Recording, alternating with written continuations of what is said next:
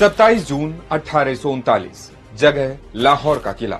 सिख साम्राज्य के महाराजा रणजीत सिंह का शव चिता पर रखा है। महारानी महताब देवी उर्फ गुड्डन 3 रानियों के साथ नंगे पैर हरम से बाहर निकली। उनके चेहरे पर कोई पर्दा नहीं था। लेखक सर्वप्रीत सिंह अपनी किताब the camel merchant of Philadelphia में लिखते हैं, चारों महारानियां धीरे धीरे सीढ़ियों के जरिए चिता पर चढ़ी और महाराज रणजीत सिंह के सिरहाने बैठ गई। थोड़ी देर बाद 7 गुलाम लड़कियां शव के पैर की तरफ बैठी। 180 तोपों की आखिरी सलामी के साथ महाराजा के बेटे खड़क सिंह ने चिता में आग लगाई। रणजीत सिंह के शव के साथ उनकी 4 रानियां और 7 गुलाम लड़कियां भी भस्म हो गईं।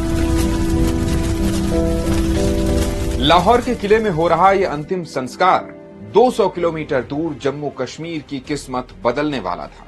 नमस्कार, मैं अक्षय प्रताप सिंह।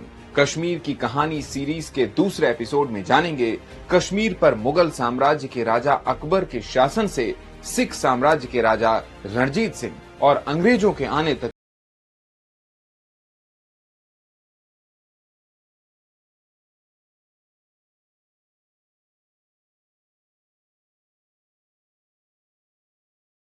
ईस्वी में यूसुफ शाह चक कश्मीर की गद्दी पर बैठा।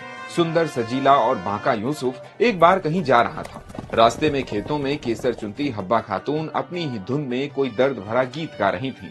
अशोक कुमार पांडे अपनी किताब कश्मीर नामा में लिखते हैं, यूसुफ शाह हब्बा की खूबसूरती और उसकी आवाज के जादू में बंध गया और दिल दे बैठा। हब्बा उस वक्त एक गरीब किसान की बीवी थी। यूसुफ के आदेश पर किसान से फौरन तलाक दिलवाया गया और हब्बा बेगम बनकर श्रीनगर आ गईं। संगीत, शायरी और आशिकी में डूबे यूसुफ के खिलाफ विद्रोह हो गया और उसे गद्दी छोड़कर भागना पड़ा। 1580 में यूसुफ भागकर आगरा में अकबर के पास पहुंचा और मुगलों की मदद से कश्मीर की तरफ बढ़ा।